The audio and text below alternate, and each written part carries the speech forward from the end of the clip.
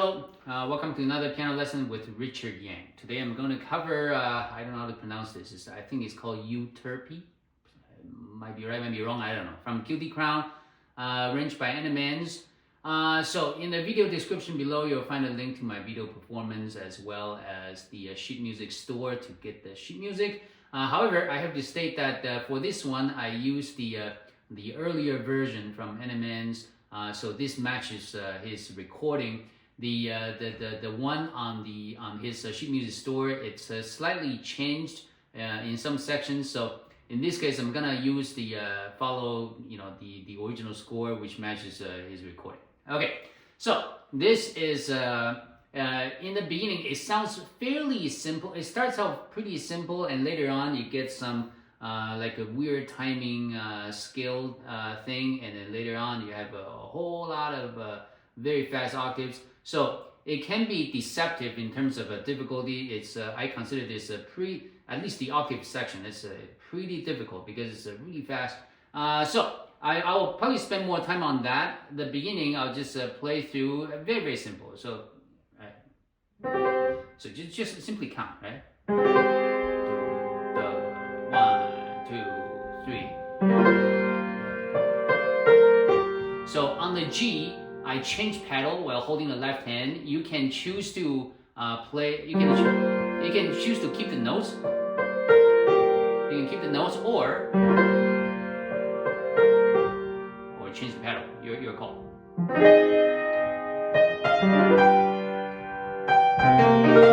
So this one, it's a little bit of a stretch. You can either play this or this way. I play just this way.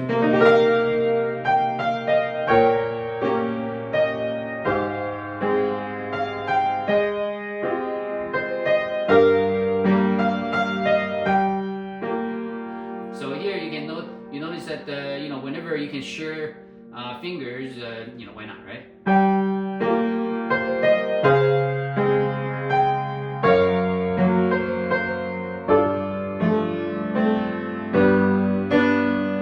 There's a slight crescendo, and I think it's probably implied that you probably want to slow down a little bit here and emphasize on this. It's written as a piano, so even though there's a crescendo, you want to make sure that you get a firm note here, but keep it fairly low. And now when you come here, all of these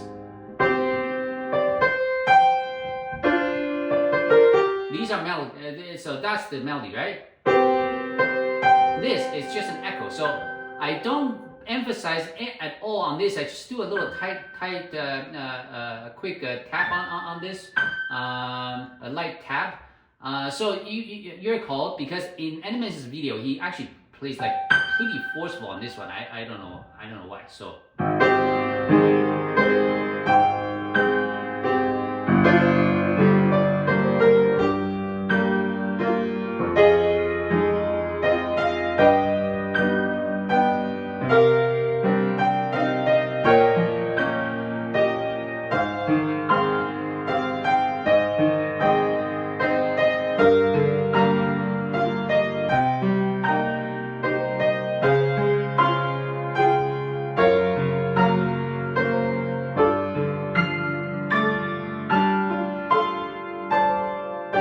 So for these couple of measures, I keep the pedal down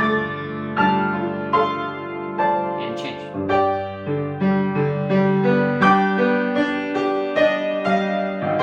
So this is kind of like measure. This is almost like measure 16, where you have to slow down a little, crescendo, but slow down a little bit.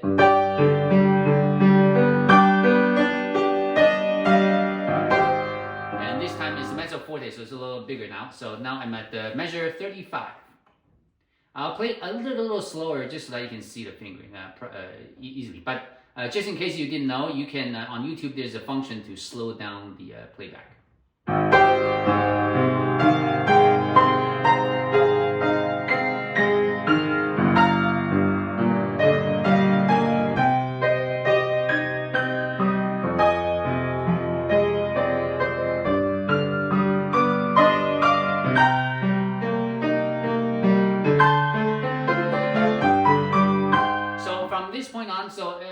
the piece is generally true, you want to be able to effortlessly switch between straight time and triplets, right? So you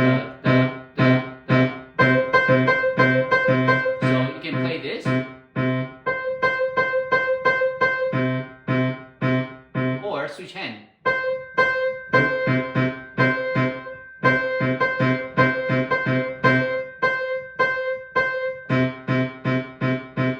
Right? So anyway, just you need to be able to switch between straight time and triplet on command to play this well. I'm at 41.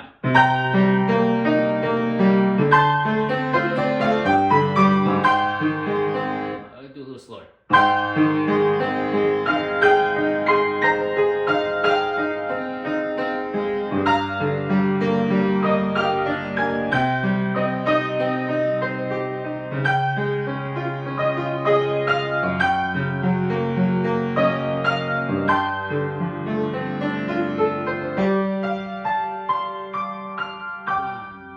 And clean pedal break here. Right? 2, 3, 1, 2, 3. Okay, so I think up to this point, okay, if you cannot play this part, then the piece will be a little too difficult for you.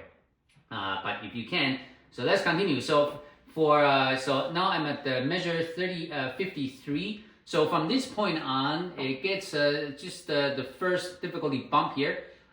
So the timing is, first of all, it's just a little faster from 89 to 110 now. So it's a little faster. And ideally you can work with the metronome, but you know, if you're like me where I don't, you have to feel it. You have to feel the later part, for example.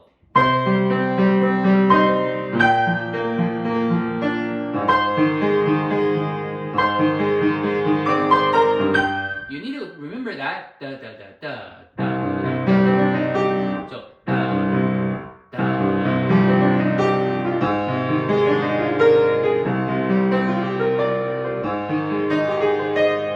Right? So, the counting in this at first is going to seem very strange because you have a triplet first and then straight time on a beat 2 and 3. So, it's a slightly strange. So, as long as you can keep the first beat,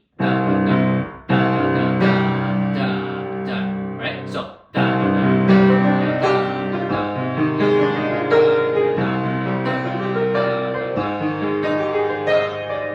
so that is how you how I counted this. So hopefully it works for you. And from this and now I'm at 57, right? So from this point on, you probably want to let your left hand drive the rhythm.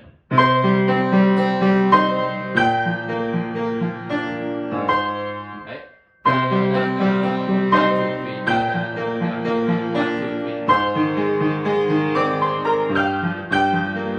Right? So that if you can do that so far, then that's good. Now we add in the notes, right? So and the timing is going to seem extremely strange because you have 30-second note against like triplet eighth. And my advice is that don't worry too much about you know, matching up the left hand and the right hand because first of all you can. So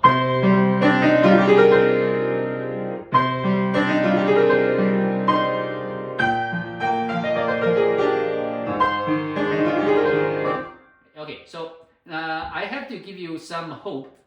It's that once you know the notes, okay, when you speed up, when you take this slightly high, you know, hopefully up to speed, it should make a lot. It should play by itself. It should make sense. When you try to play this very slowly, the counting can become extremely weird. So yes, you do want to practice slowly, but when you practice slowly, you are learning the notes. But when you want to learn how the rhythm works, you probably want to speed up a little bit. Okay. So all this time I'm thinking about da. That's what I'm thinking in my head, right?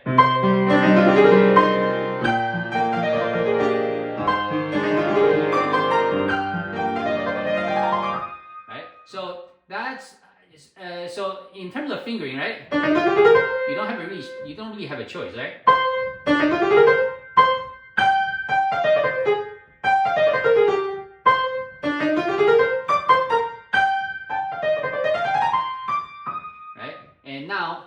in order to so far I think that you should be okay. One more time.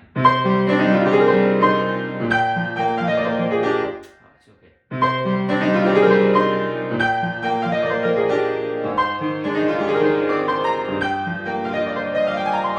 And now remember your right hand. Remember that pace because you want to follow the same. So it's just going to be the same pace later on. So if you want your right hand to drive the rhythm, just make sure that on measure 50, 60, remember that pace.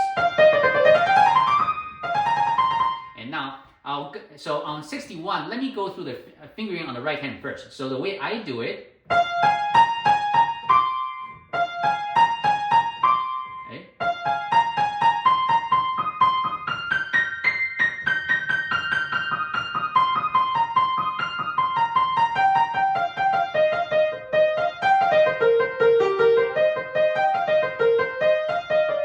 So that's my fingering. So one more time. I actually tuck my thumb under for this.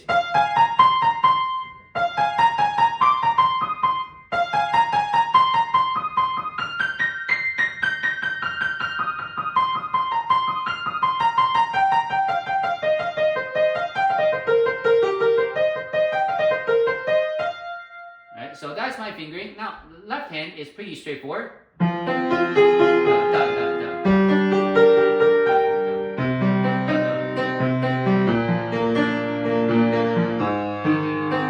Okay, so putting out all together.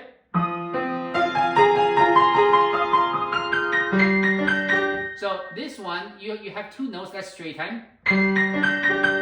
So think about, so the way to think about this is that it's a little slower, yes, but you can think of this as a transition to change between, instead of this, you want to change that to, so that's a transition. I don't know if that makes any sense, but anyway, so if you keep the pace,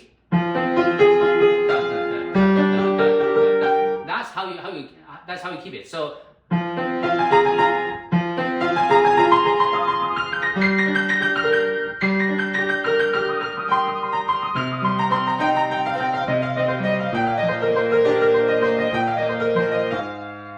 and on the 30-second notes, you simply make them go a little faster because the idea is that after all these notes, you end up here. So, right, keep practicing that. Just practicing that whole note. That's it.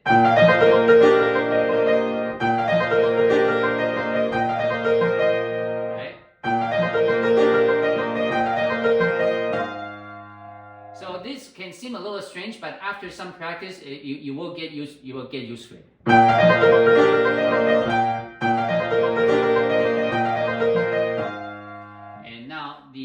So I'm now 65. So the scales, it's really this. You don't have a choice here.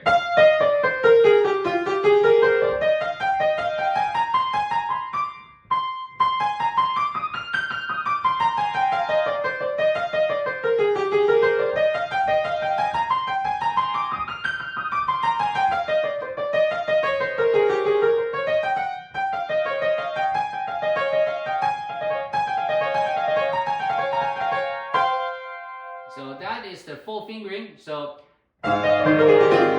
first of all, the measure before.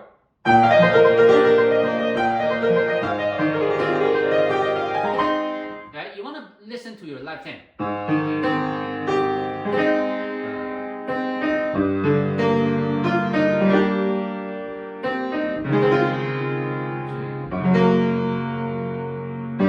Right, so follow your left hand and right hand. All you do is that you match up at match up on beat. For example, from here, you want to match it up here, match up here, and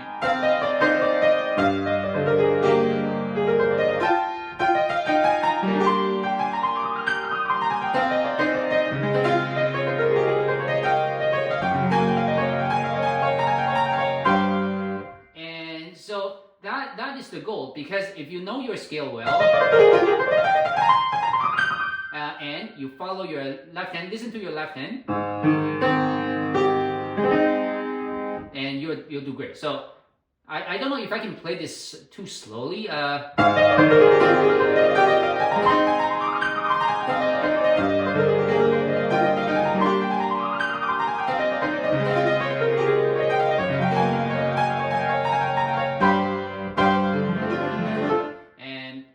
Play this first. First of all, it's pretty fast. It keeps the same tempo, right?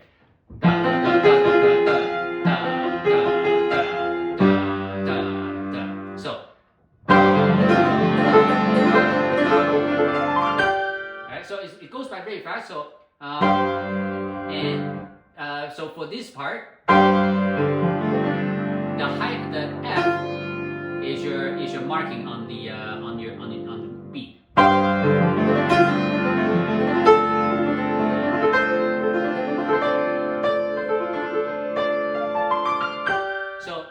So what I just played are the important beats in these measures, and so they help you keep the rhythm, right? So what I'm gonna do is from 61. I'm gonna play that one more time, not too fast. Oops.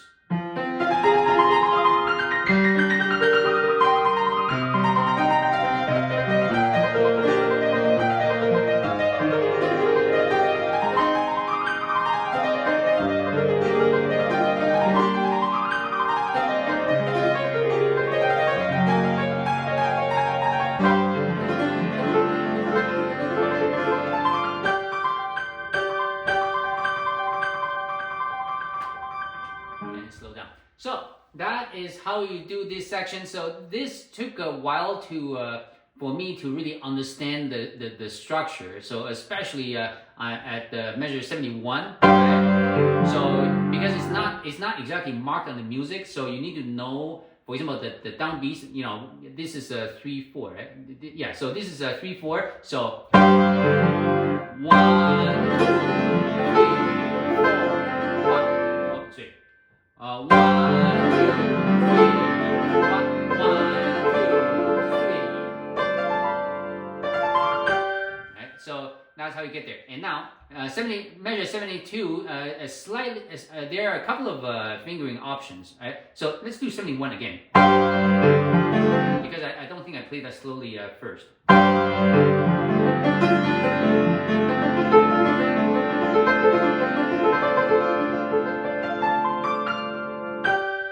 So the final one, you can do the way I do it. The way I played it is 1, 2, 3, 1, 2, 3, 1. Right? That's the way I play it. And now you can also play this using 2. Right? You can do that as well. Not my favorite fingering. Because when I do that, my right hand is a little busier. So to get to the final note, sometimes to me it takes some extra processing power. So the way I like it is 1, 2, 3, 1, 2, 3. That's to me it's easier in terms of how you think, right? So 1, 2, 3, 1, 2, 3. Slow down a little bit. And now it's not marked on the music, but looking at the Animenz performance there, he uses the UC pedal here. So the soft pedal, that's the left pedal on the grand. So you can do the same.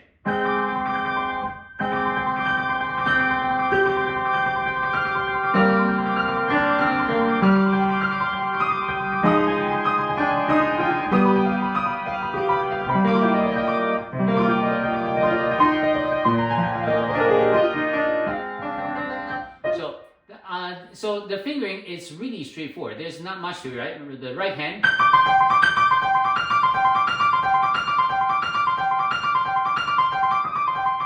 Right? 4, 3.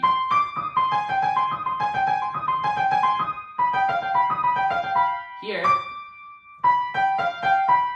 this one one may be a little awkward.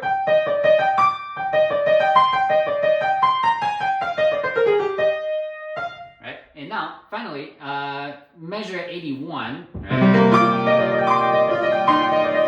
Now, remember, when you enter 82, the first 4/16, they are straight time. So.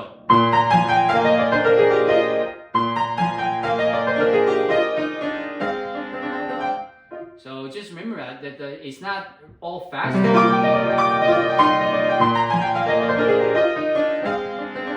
So remember to, this is straight time. And now, so to do the trill on the left hand, for me, I use finger 1-3. To me, that is the best fingering for control. For speed, normally, say right hand or left hand. The fastest would be 1-2. The most control would be 1-3. 1-3 you can actually, because 1-3 with 1-3 you can really control, use your thumb to guide your how many do you need, right? You can guide the speed with your thumb. With 2-3, really you just go as fast as you can. So in this case, it doesn't really matter, I guess.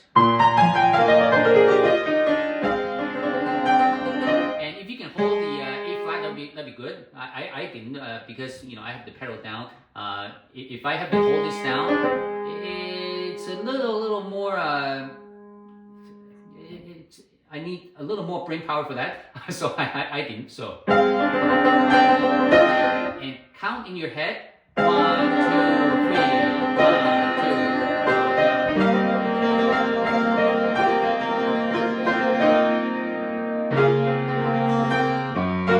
So this one you really have, I really have to roll it. There's no way I can do that, right?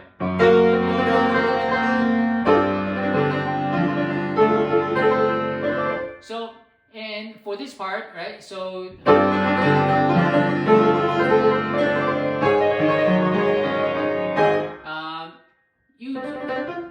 I really can't tell you the fingering because I seem to change every time I play.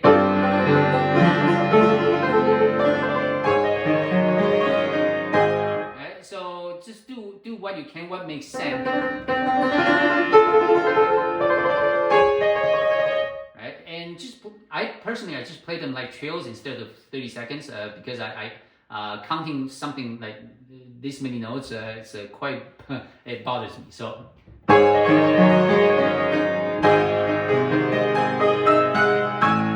now 91, 82. So this is the climax of the piece. This is the most difficult part of the piece, and quite frankly, at full speed, it is pretty difficult.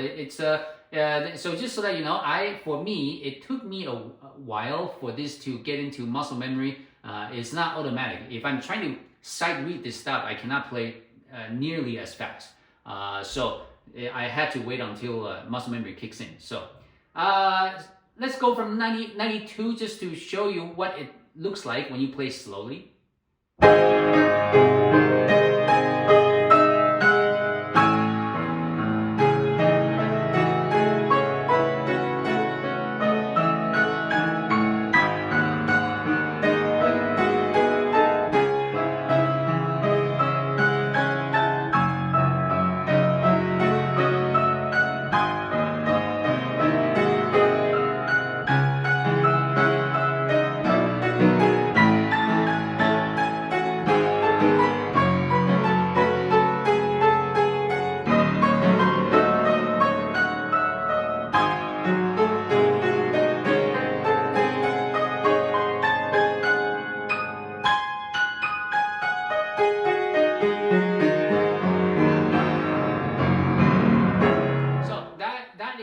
How to play that slowly, and I would imagine for people to play this even at that speed would be a little difficult. So it's gonna take a lot of time. Okay, so and remember, this is another one of those things, crescendo, and then give it a little retard to before you reach to this, right? So.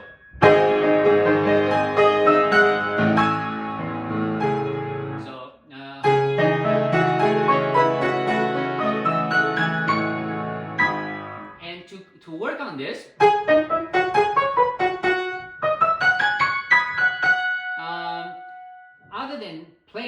very, very slowly. I don't really have too many other advice that I can give. However, I have to tell you that when you play octaves like this fast, you definitely want to use a lot more of your wrist than using your arm, because don't go individually play this. You will find that your forearm will become extremely stiff, and it's gonna tire you out. So relax. You just use your the wrist will be the main motion, because this is not so loud that you need your arm to play. You just need your wrist, right?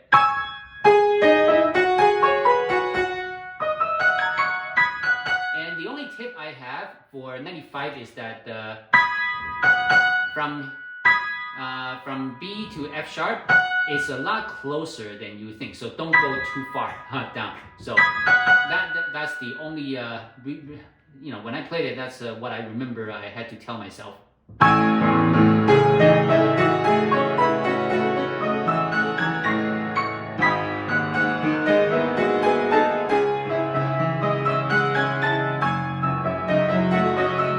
So for 97, right? So you just for this one, remember when you do this, after that is you do the same thing one octave up, right? Here is the same thing again, right? And now after that, you kind of have to tell yourself a story to convince you where to jump to, right? So the way I tell myself is that I want to go to the almost E note, which is a D sharp, so almost there, and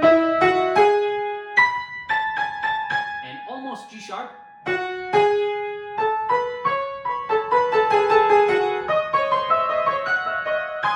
and for this set, just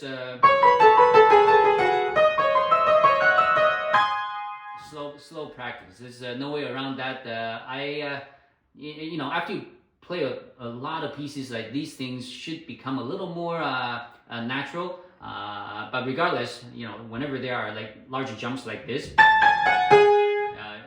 I personally still have to practice quite a bit. So I'm gonna do one last time for this section.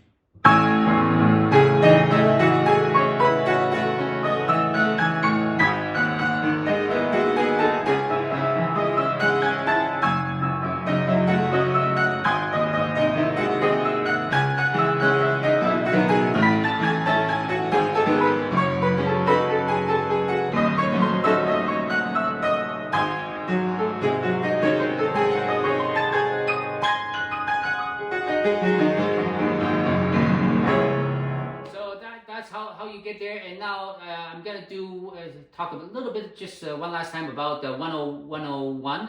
Let's play 102.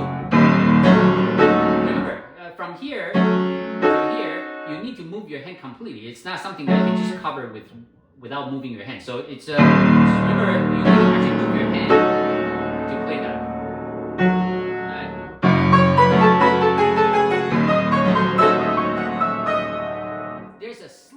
Slight retard here before you reach this. And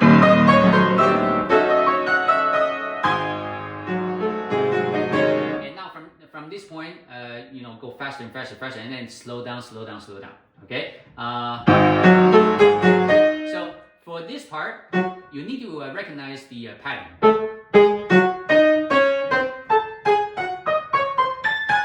Every time you go up, it's either a D.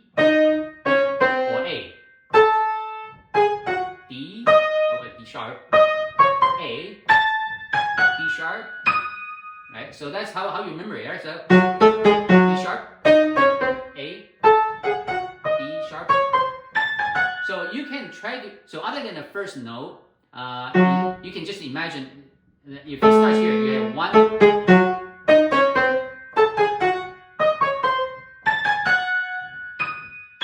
right? So that might help you better. Instead of thinking of, on beat.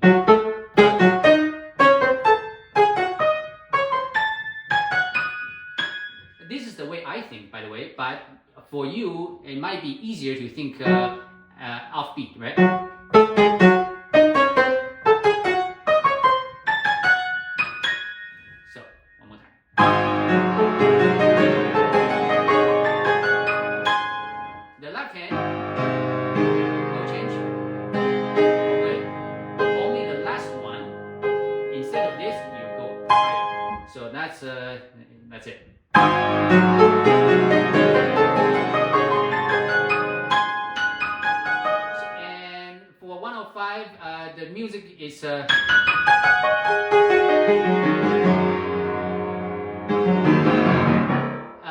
octaves, right? But this play at that speed, I just I tried to practice a little more. It just using octaves, I made too many mistakes, right? It's too risky for me, so I ended up using 2 hands. Whoa.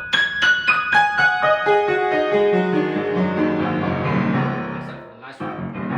And when you do this, remember, make them pedal down and make them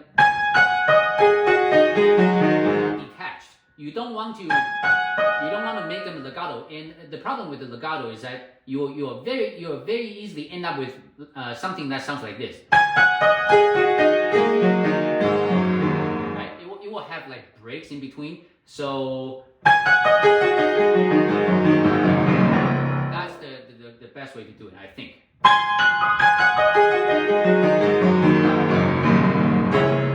And forte, keep the pedal down, and then piano, everything after.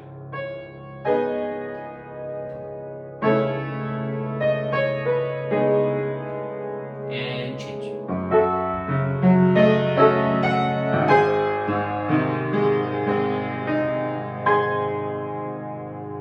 Wait. And very small. So instead of doing like this too fast, slow down. And if you don't know how to slow down, if you sound like this, so remember, your wrist is the magic here, right? So you want to go like a U shape, go down, up, down, up. So if you use your wrist to carry the note for you.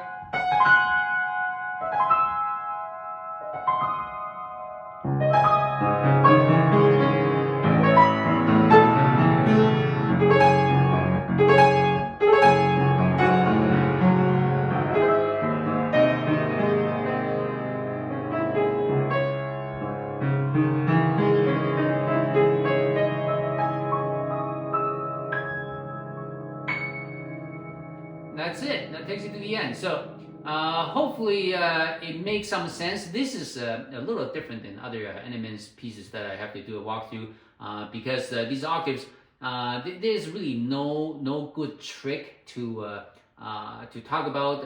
If I teach my students in person, I can teach about the proper way to do octaves, but it's impossible to do it like over a video. So tough it out. If you have a question, let me know. Until next time, goodbye.